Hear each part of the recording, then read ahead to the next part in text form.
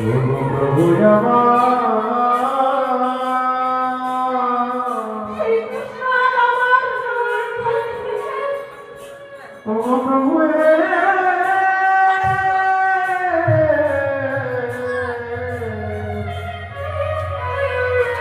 কৃপা করো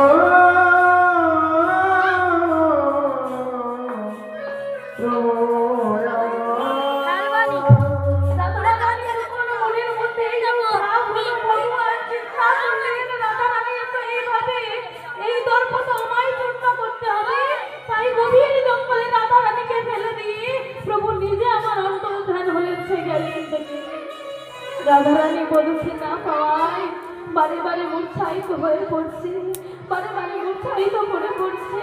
হানাত হানাত বলে ডাকে, নাচ নাহি আর ফিরে আসে।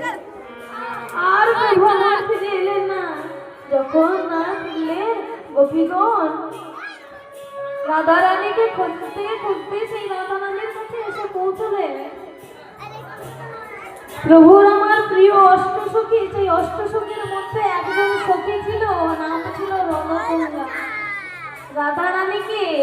রাধারানীর যখন গোপীদের সেবায় যখন রাধারানী একটু সুস্থ হয়ে উঠলো, যখন রাধারানীর জ্ঞানে এলো, তখন ওই রণতুঙ্গা সখী বলে উঠলো, ওরে রাধে বধূ আমি তোর বধূ তোকে গভীর জলে ফেলে রেখে চলে গেল।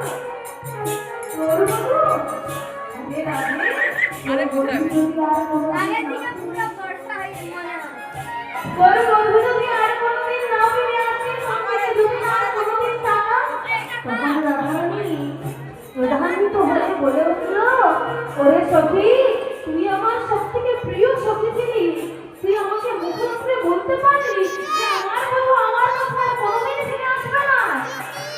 ওরে রণতুঙ্গা, একদিন তুইও আমার মতো হবি, একদিন তুইও আমার মতো হবি। কৃষ্ণ হারানোর যে ব্যথা, কৃষ্ণ হারানোর যে বেদনা, সেই দিন তুই বুঝতে পারবি, কৃষ্ণ হারিয়ে বুঝতে পারবি, তুইও একদিন আমার মতো হবি। এই অভিশাপ আমি তোকে করি। হা গোবিন্দ হা গৌর বলে কাঁদবে, কিন্তু কৃষ্ণ আর ফিরে আসবে না। দেখবি সুখন কেমন লাগে। সেই অভিশাপ যে পূর্ণ হবে না।